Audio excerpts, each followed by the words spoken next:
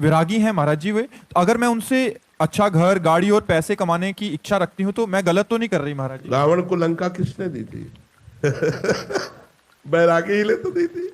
अरे आप चिता भस्मा लेपो गरल वस्त्रम दिक्पट धरो जटाधारी कंठे भुजगपति हारी पशुपति, लेकिन उनके मित्र है कुबेर जो चरण सेवक है। भगवान शंकर का सख्य भाव स्वीकार करते हैं कुबेर, तो त्रिभुवन का धनी बना दिया।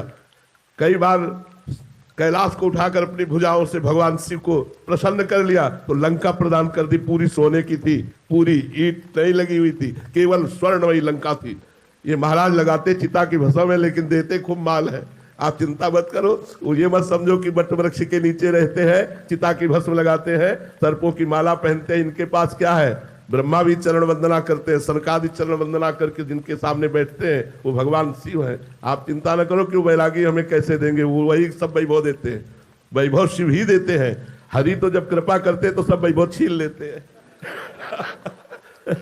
वैभव तो शिव जी ही देते हैं। आप चिंता न करो, बहुत ठिकाने से लगी, अगर वैभव चाहिए तो शिव शिव रटो और उनकी सेवा करो। सही बात कहते हैं, जब भगवान कृपा करते हैं तो अंदर से वैभव का राग हटा देते हैं। वैभव तो बना रहे लेकिन वैभव का राग नष्ट हो जाता है। हरि जब कृपा करते हैं तो वैभव का राग नष्ट कर देते हैं जो बंधन कारक है। भगवान शिव को एक नाम दिया गया है औढ़र दानी, कुछ विचार नहीं करते। अब वो एक वृकासुर नाम का राक्षस था दैत्य, उसने नारद जी से पूछा कि जल्दी प्रसन्न होने वाले भगवान का नाम बताओ। उनका भगवान शंकर, क्योंकि एक नाम आशुतोष है, आशुतोष माने शीघ्र प्रसन्न होने वाले। अब उसने शुरू की आराधना, अग्नि स्वरूप भगवान शंकर का स्वरूप मान करके अपने शरीर के मांस को चीर करके और स्वाहा बोलने लगा। कुछ ही किया कि भगवान शिव तुरंत प्रकट हो गए। उनका अरे ऐसा क्यों करते हो, हम तो चुल्लू भर जल में प्रसन्न हो जाते हैं, एक बिल्व पत्र में प्रसन्न हो जाते हैं, ऐसा ठाकुर तो त्रिभुवन में नहीं भाई। आप देख लो सब जगह सेव संतरा अंगूर चढ़ते, महाराज के ऊपर धतूर फल चढ़ता है, धतूर का फल चढ़ता है, अकौड़े का फूल, जो किसी के काम में लाए वो भगवान शिव ले रहे। भगवान शिव बहुत जल्दी प्रसन्न होने वाले, तो उन्होंने कहा तू इतना कष्ट क्यों कर रहा है, मैं तो इतने से प्रसन्न हूं, वरदान मांग। उसने कहा मैं जिसके ऊपर हाथ रख दूं वो भस्म हो जाए। भगवान शिव ने ऑर्डर डाले, होगा तथास्तु। और उसकी दृष्टि बगल में गई, त्रिपुर सुंदरी भगवती उमा महामाया।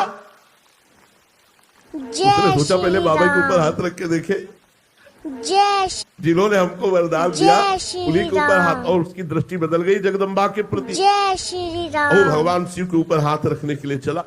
भगवान शिव भागे, अपने ही वरदान से आप भागे। अब वो पीछे वृकासुर लगा जिसे भस्मासुर कहते हैं, और आगे भगवान शंकर। भगवान शंकर ने कहा ये मायावी है, पिंड तो छोड़ेगा नहीं, चाहे जिस लोक में भाग के जाए। तो अब भगवान श्री कृष्ण को पुकारा कि यार अभी समस्या में तुम ही समाधान करो, नहीं तो हम फंस गए। भगवान एक ब्रह्मचारी का वेश धारण करके बीच में एकदम आ गए और कहा नमस्कार वृकासुर जी, नमस्कार। इतने प्रेम से नमस्कार कहा कि वो रुक गया। कहा भाई आप कहां दौड़ रहे हैं? बोले शंकर जी इनके पीछे क्यों?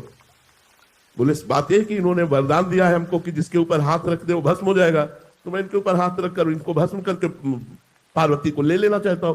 अरे बोले यार दक्ष ने श्राप दे दिया है, इनके पास कोई सामर्थ्य नहीं, हाथ रख के देखो अपने ऊपर, अगर झूठ निकले ना दोनों मिलकर बस हो गए। चतुर खिलाड़ी भगवान श्री कृष्ण चंद्रजू ने एक सेकेंड में समस्या का समाधान कर दिया। उसने जो भी ऐसे हाथ रखा वो भस्म हो गया। भगवान